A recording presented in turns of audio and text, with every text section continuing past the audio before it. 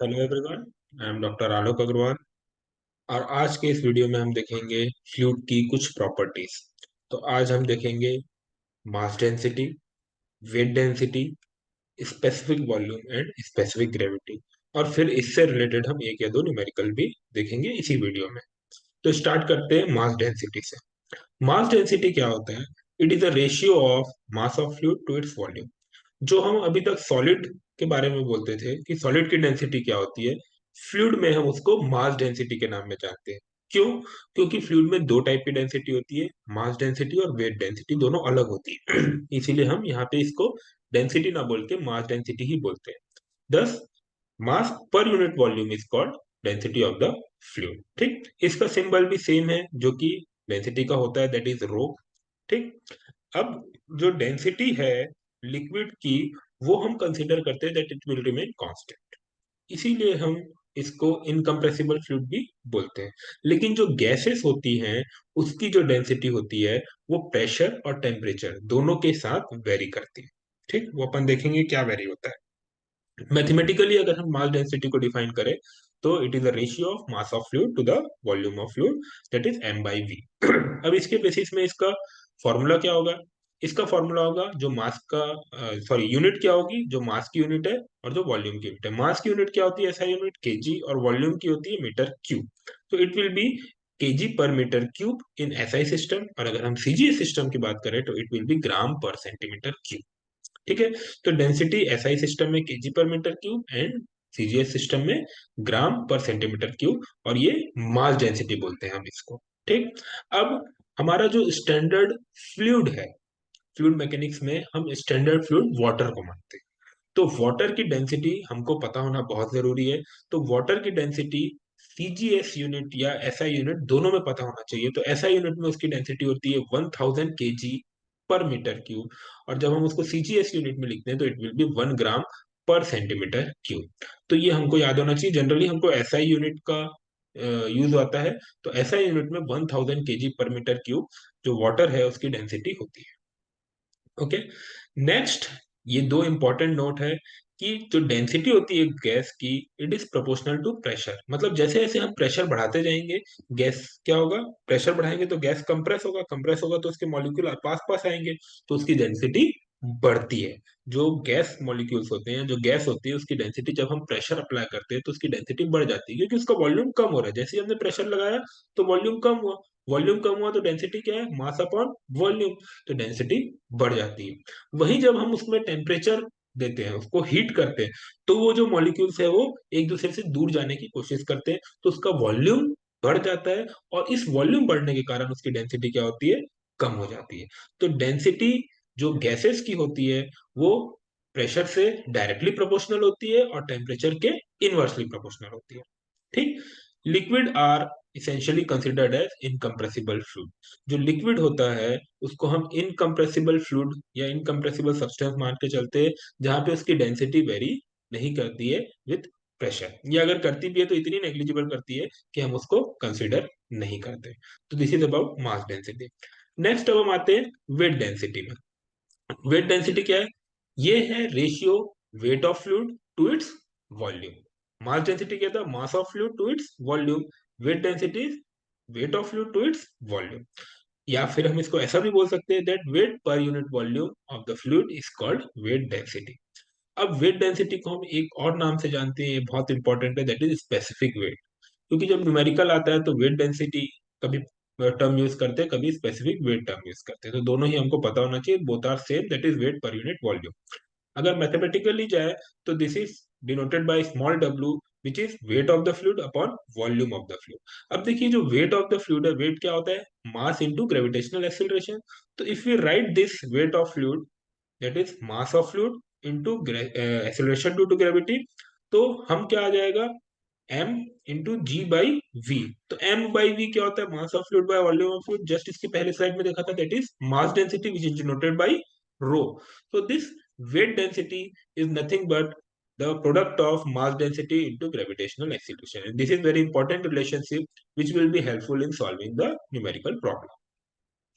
Okay, अब इसकी unit क्या होगी, मास डेंसिटी की केजी पर मीटर क्यूब थी, इसकी न्यूटन पर मीटर क्यूब हो जाएगी, क्योंकि वेट अपॉन वॉल्यूम है ये। और सीजीएस यूनिट क्या होगी? डाइन पर सेंटीमीटर क्यूब।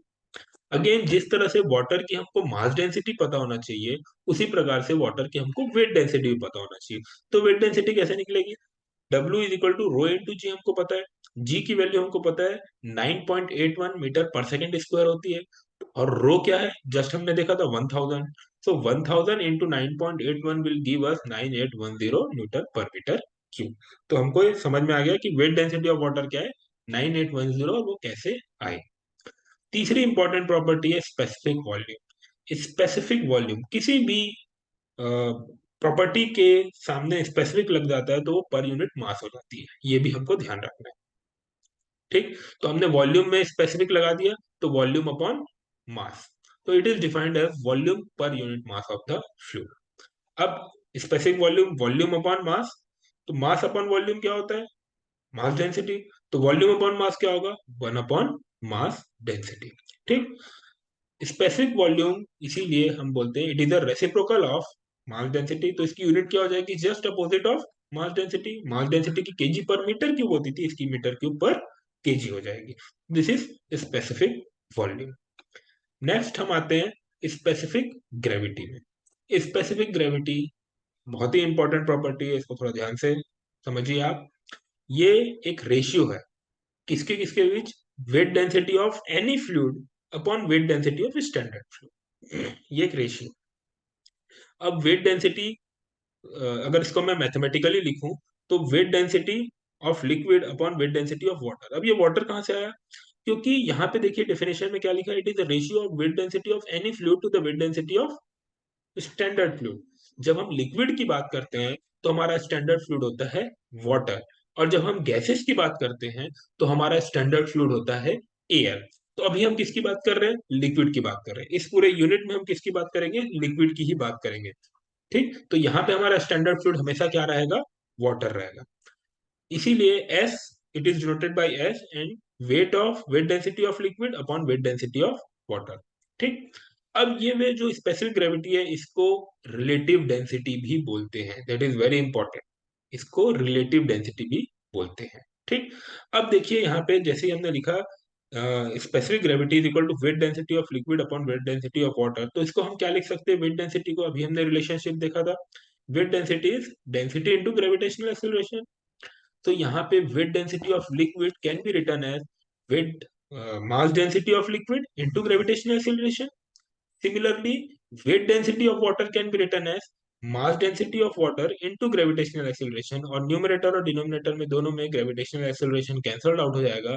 तो we can get new formula for specific gravity, that is density of any liquid upon density of water. अब यहाँ पे हमने वाटर यूज किया है, इसलिए यहाँ पे हमने फ्लूइड की जगह में लिक्विड लिख दिया है। ठीक, अब इसकी यूनिट क्या होगी?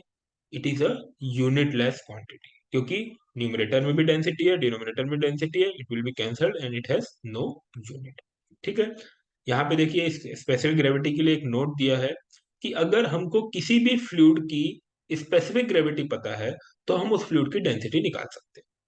ठीक, जैसे कि यहाँ पे स्पेसिफिक ग्रेविटी किसी भी फ्लूइड की फॉर फॉर एग्जांपल 0.5 है, तो हम उसकी डेंसिटी कैसे निकालेंगे? क्योंकि हमको पता है वाटर की डेंसिटी 1000 है, तो 1000 will come here and multiplied by 0.5, so we will get density of any liquid as 500 kg per metre cube.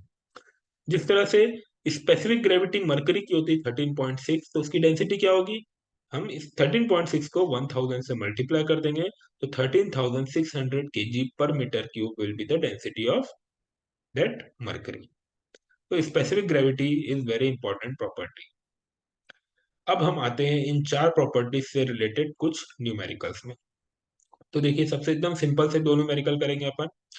Calculate the specific wait.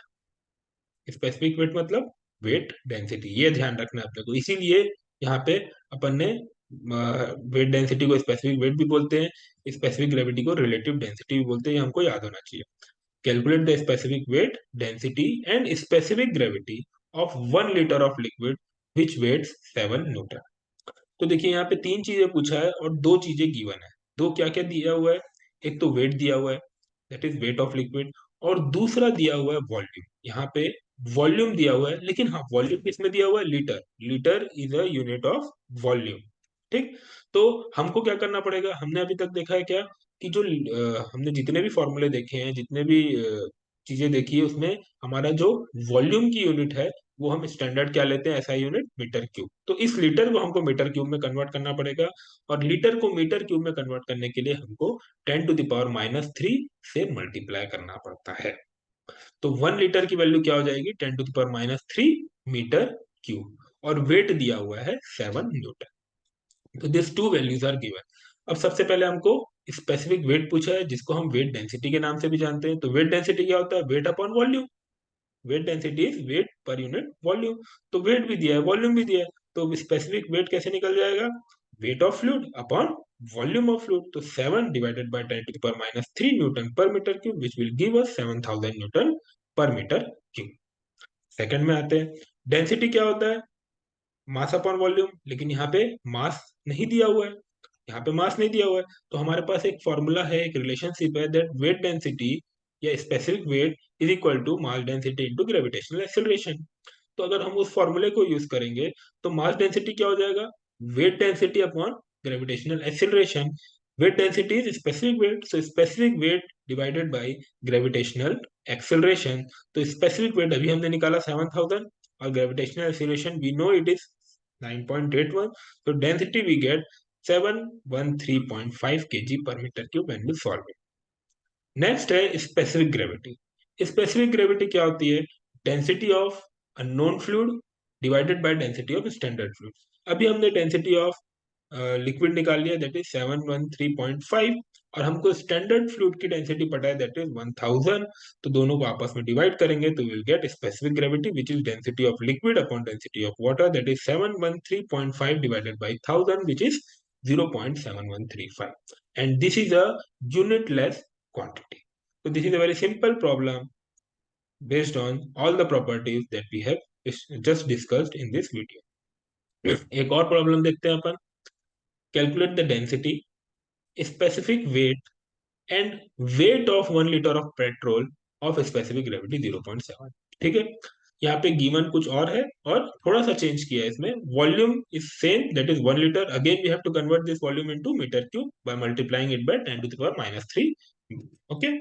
तो यहाँ से हमको मिला volume that is 1 litre, that is 10⁻³ metre cube. ठीक। Specific gravity 0.7।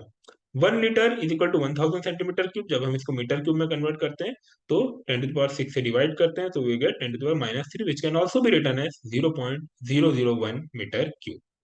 अब सबसे पहले अपन देखते हैं डेंसिटी कैसे निकालेंगे।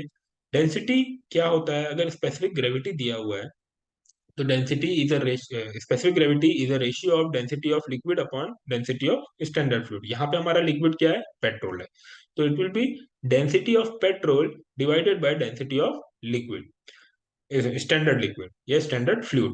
तो हमारा जो स्टैंडर्ड लिक्विड है वो क्या है, वाटर है, तो डेंसिटी ऑफ वाटर 1000 है। ठीक। तो डेंसिटी ऑफ पेट्रोल क्या हो जाएगा, specific gravity into density of water, that is 0.7 into 1000, which will give 700 kg पर मीटर क्यूब। तो हमारी डेंसिटी की वैल्यू कितनी आ गई, 700 kg पर मीटर क्यूब। सेकंड क्या बोल रहा है, स्पेसिफिक वेट।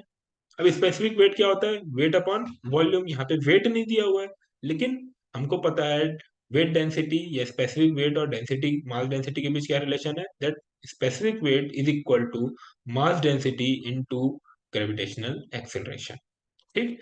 अब हम इसी फॉर्मूले को यूज करके वेट डेंसिटी, हमने मास डेंसिटी अभी निकाल ली 700, मल्टीप्लाई बाय 9.81 कर देंगे रो इनटू जी, तो हमको 6867 newton per metre cube specific weight मिल जाएगा, जिसको हम वेट डेंसिटी भी बोलते हैं। ठीक। Last one is weight. अब हमको वेट डेंसिटी मिल गई है, तो हमको वेट निकालने में क्या है, क्योंकि वेट डेंसिटी क्या होता है, वेट अपॉन वॉल्यूम। तो हमको वेट डेंसिटी मिल गई है, that is specific weight is equal to weight upon volume. Volume कितना है, 10⁻³ तो विल गेट 6867 स्पेसिफिक वेट जो हमको आया, multiply by volume that is 10⁻³ और it can be written as 0.001। तो finally we get weight as 6.867 newton. Okay, so this are the two very simple problem. अब देखिए यहाँ पे स्पेसिफिक वेट यूज कर रहे हैं वेट डेंसिटी के लिए, और डेंसिटी यूज कर रहे हैं मास डेंसिटी के लिए। तो हमको इसमें कंफ्यूज नहीं होना है। जब क्वेश्चन एग्जाम में आएगा और अगर सिर्फ डेंसिटी बोल रहा है, मतलब it is understood that it is talking about mass density. और अगर उसको वेट डेंसिटी के बारे में बात करना होगा तो या तो वो वेट डेंसिटी यूज करेगा या स्पेसिफिक वेट यूज करेगा। ओके, चलिए, थैंक यू।